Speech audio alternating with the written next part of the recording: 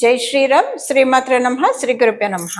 2026 సంవత్సరం జూలై 26 తారీఖు నుంచి 2026 సంవత్సరం ఆగస్టు 1 తారీఖు వరకు ఈ వారం యొక్క వారఫలాలు ద్వాదశ రాశుల వాళ్ళకి, ద్వాదశ లగ్నాల వాళ్ళకి ఎలా ఉండబోతున్నాయి?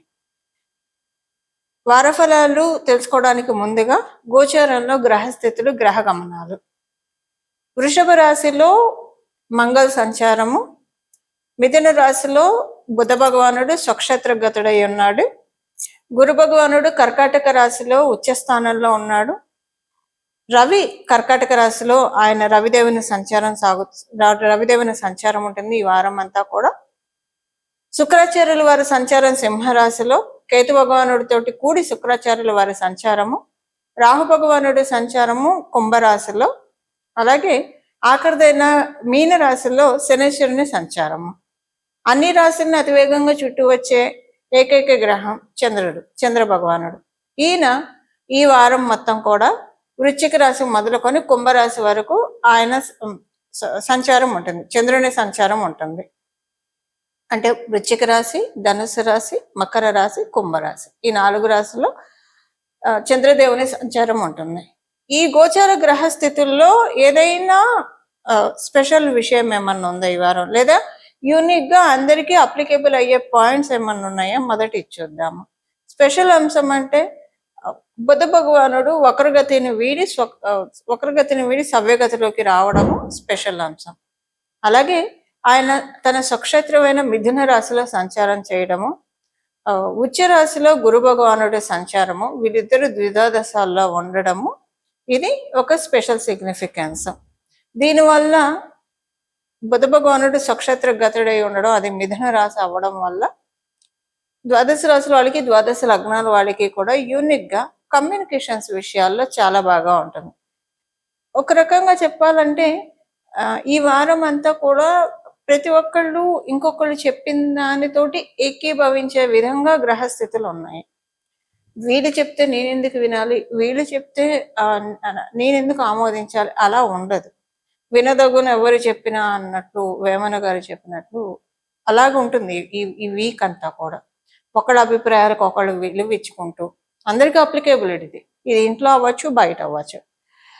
గౌరవ మర్యాదలు చాలా ఇచ్చిపుచ్చుకునే ట్రాన్సాక్షన్స్ చాలా ఉంటాయి. ప్రతి ఒక్కరు గౌరవ మర్యాదలు ఇచ్చిపుచ్చుకుంటారు. ఒక రకంగా చెప్పాలంటే చాలా సంస్కారవంతంగా ఈ వీక్ అంతా వెళ్తుంది. వాళ్ళ అవతల వాళ్ళు చెప్పిన దాంట్లో మనకి ఎవరికైనా ఇప్పుడు మామూలుగా మాట్లాడుకుంటూ ఉంటారు. ఏదైనా అవతల వాళ్ళు చెప్పిన దాంట్లో నచ్చకపోతే వెంటనే విభేదించకుండా చాలా స్మూత్గా ఇది నాకు ఇష్టం లేదు, ఇది నేను చేయను అని చెప్పగలుగుతారు. ఆ విధంగా గోచరంలో ఉన్న గ్రహస్థితులు ద్వాదశ రాశుల వాళ్ళకి, ద్వాదశ లగ్నాల వాళ్ళకి కూడా హెల్ప్ చేస్తూ ఉంది. అలాగే ప్రయాణాలు, ఏదైనా పనుల మీద ప్రయాణాలు డిలేస్ అవ్వకుండా ప్రయాణాలు చేయడానికి కూడా ఈ వారంలో ఉన్న గ్రహస్థితులు అనుకూలంగా ఉంది. మీలో ఎవరికైనా స్కిన్ రిలేటెడ్ ఇష్యూస్ ఉంటాయి, అంటే ఎలర్జీస్ కానివ్వండి, ఇలాంటివి ఏమన్నా ఉంటాయి, స్కిన్ ఎలర్జీస్ ఇలాంటివి ఏమన్నా ఉంటే అవి కమ్ డౌన్ అవుతాయి. ఇది అన్ని రాసుల వాళ్ళకి ఇప్పటిదాకా నేను చెప్పింది అప్లికేబిలిటీ ఉంటుంది, యూనిక్గా అప్లికేబిలిటీ ఉంటుంది.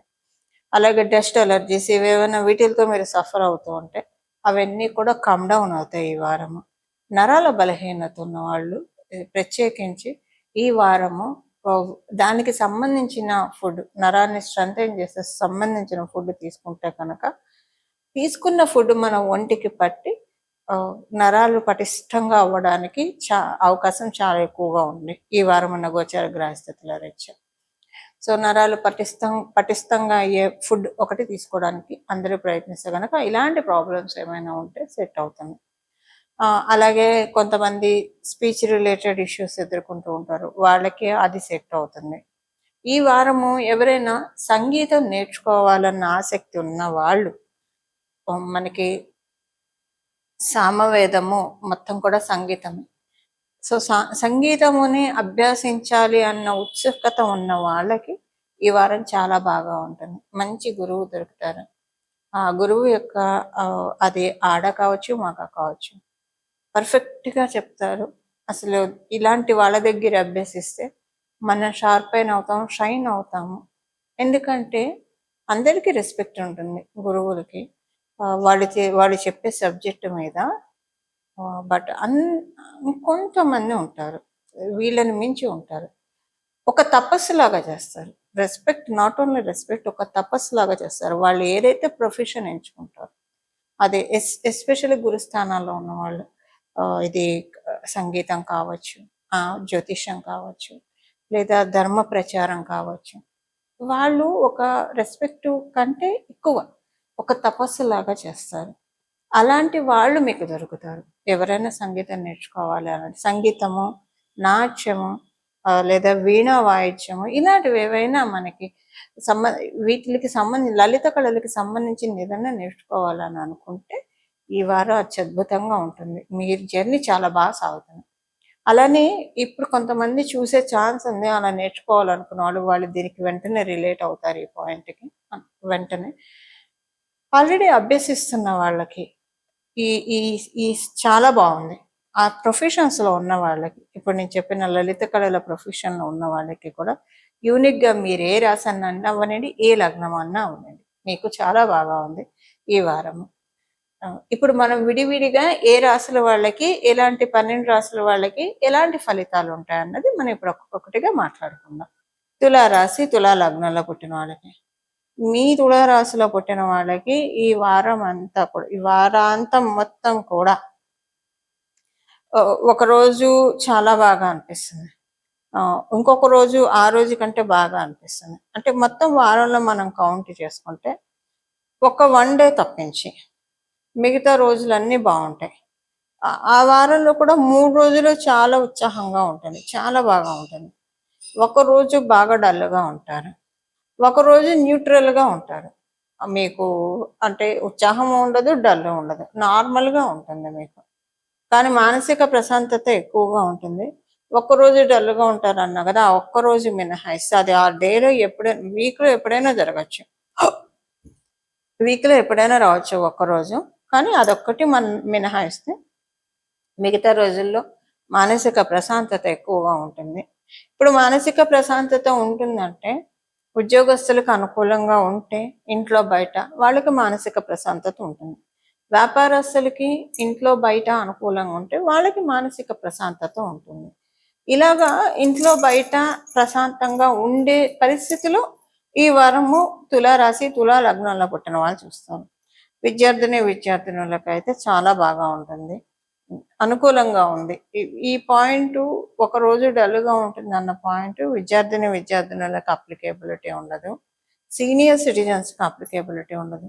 మీరు గృహిణులయ్యి మీది తులారాశి, తులా లగ్నం అయినా, అంటే తులారాశి అయినా మీకు అప్లికేబిలిటీ ఉండదు, మీరు తులా లగ్నంలో పుట్టున్నా మీకు ఇది అప్లికేబిలిటీ ఉండదు. మిగతా సెగ్మెంట్ ఆఫ్ పీపుల్కి అప్లికేబిలిటీ ఉంటుంది ఒకరోజు ప్రశాంతత ఉండకపోవడం. ఆ ఒక్కరోజు కొంచెం ఇన్సెక్యూరిటీగా అనిపిస్తుంది, చాలా గుండెల్లో దడొచ్చినట్లు అనిపిస్తుంది. కానీ మళ్ళీ నెక్స్ట్ డే ఏదీ ఉండదు, నార్మల్ అయిపోతుంది. ఒక్కరోజు మాత్రమే ఇలా కొంచెం మీరు ఇబ్బంది పడతారు.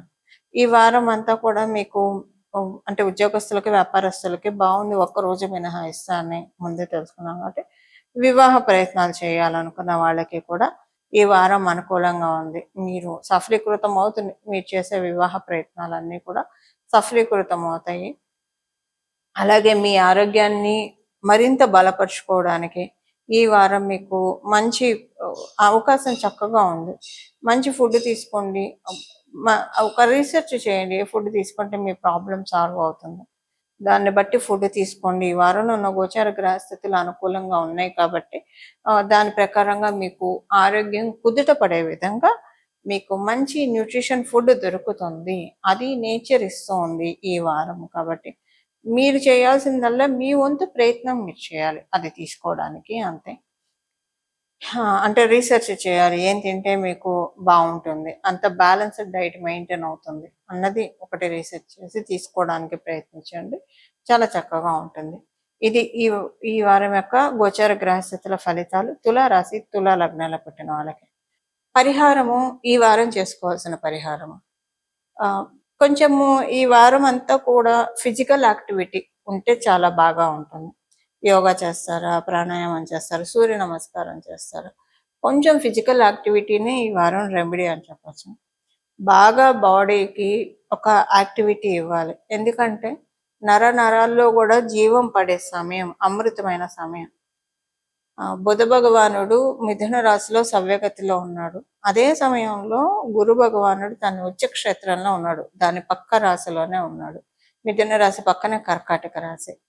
ప్రతి ఒక్కళ్ళు ఆరోగ్యం మీద దృష్టి పెట్టి ఆరోగ్యము బాగా సుస్థిరపరచుకోవడానికి, దృఢంగా చేసుకోవడానికి నేచర్ మనకు అందిస్తున్న సదావకాశం. ఈ సమయంలో దీనికంతా ప్రాక్టికల్ రెమెడీ. మీరు ఎంత సూర్య నమస్కారాలు చేస్తే అంత మంచిది. అలాగే ప్రాణాయామం ఇలాంటివి చేస్తే చాలా మంచి ఫలితాలని మీరు పొందుతారు. మీకు తెలుస్తుంది, చేసిన వెంటనే కూడా ఆ రోజంతా కూడా చాలా ఎనర్జెటిక్గా అనిపిస్తుంది. నర నరాల్లో జీవం పడే సమయం ఇది. ఎందుకంటే మిథున రాశి శుభకర్తరిలో ఉంది. గురు భగవానుడు జీవకారకుడు.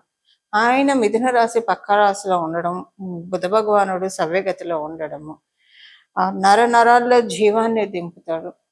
దానికి మన వంతు ప్రయత్నం మనం చేయాలి. ఇప్పుడు మీరేం చేయకపోతే రాదా అంటే కొంచెమే వస్తుంది.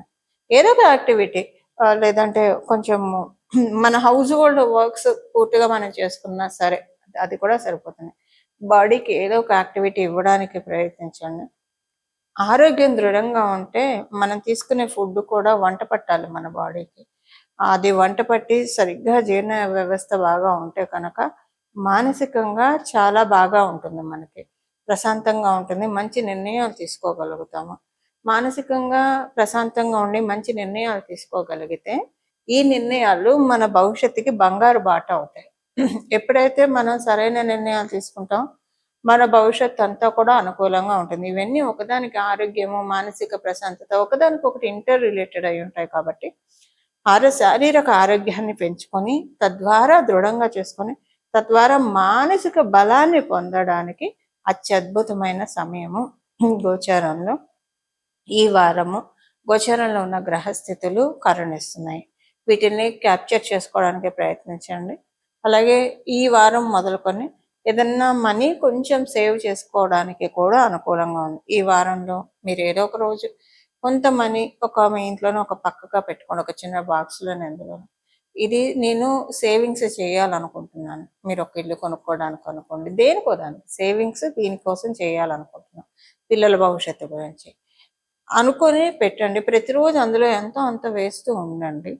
ఇది మీకు ఆగకుండా చేయగలుగుతారు. చేసే విధంగా ప్రకృతి మాత మిమ్మల్ని కరుణిస్తుంది, మీకు ఇస్తూనే ఉంటుంది. అంటే ఏదో ఒక రకంగా మీరు ఆ డబ్బాలో వేయడానికి, ఎంతో కొంత వేయడానికి అవకాశం కలిగిస్తుంది. ఇంతింతాయి వటుదింతాయి అన్నట్టు ఇప్పుడు స్టార్ట్ చేసే ఈ సేవింగ్స్ మీరు చిన్న మొత్తంలో స్టార్ట్ చేసిన అది తర్వాత భవిష్యత్తులో రాబోయే 3 ఏళ్లలో 5 ఏళ్లలో పెద్ద మొత్తంలో అవ్వడానికి అవకాశాలు ఎక్కువ ఉన్నాయి. అంటే ఎలా వస్తాయి? ఇన్కమ్ సోర్సెస్ జనరేట్ అవుతాయి. ఇన్కమ్ సోర్సెస్ వల్ల మన ఖర్చుల్ని మించిన ఆదాయం మనం చేయగలిగితే, సంపాదించగలిగితే అప్పుడు మనకి సేవింగ్స్కి అవకాశం ఉంటుంది. అలా ఈ వారము గోచారంలో ఉన్న గ్రహస్థితులు దీవెలను అందిస్తున్నాయి. కాబట్టి ఇది ఒక మేనిఫెస్టేషన్ అని కూడా అనుకోండి. ఈ వారం మొదలు పెడితే కనుక దీన్ని ముందుకు నడిపించే బాధ్యత ప్రకృతి మాత తీసుకుంటుంది. మనదేం లేదు, మనం జస్ట్ కర్తవ్యం వరకే మన వంతు, కాపాడటం పరమాత్మన వంతు, జగన్మాత వంతు. అది నిజంగా మీరు చూస్తారు. ఈ వారం నుంచి మొదలు పెట్టండి, చాలా బాగా ఉంటుంది.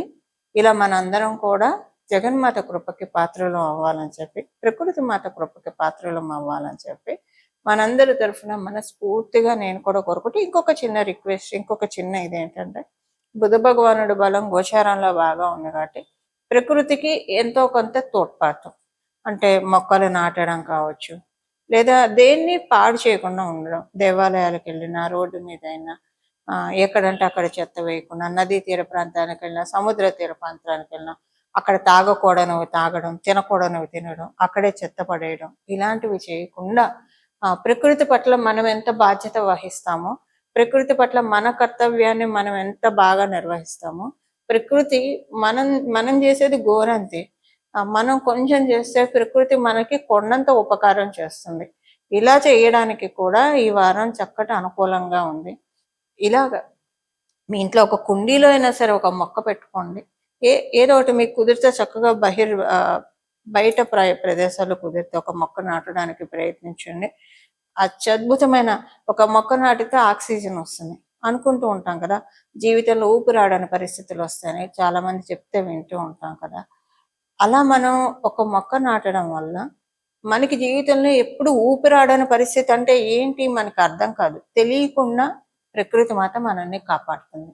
ఇలా మనందరం కూడా ప్రకృతి మాత యొక్క అవ్యాజ కరుణకి పాత్రలు అవ్వాలని, ప్రకృతి మాత యొక్క సంపూర్ణ కృపా కటాక్షాలకి మనం అందరం కూడా పాత్రలం కావాలని చెప్పి జగన్మాత శరణాలని శిరస్సు ఉంచి నమస్కరిస్తూ మంగళం. నమో భగవతే వాసుదేవాయ.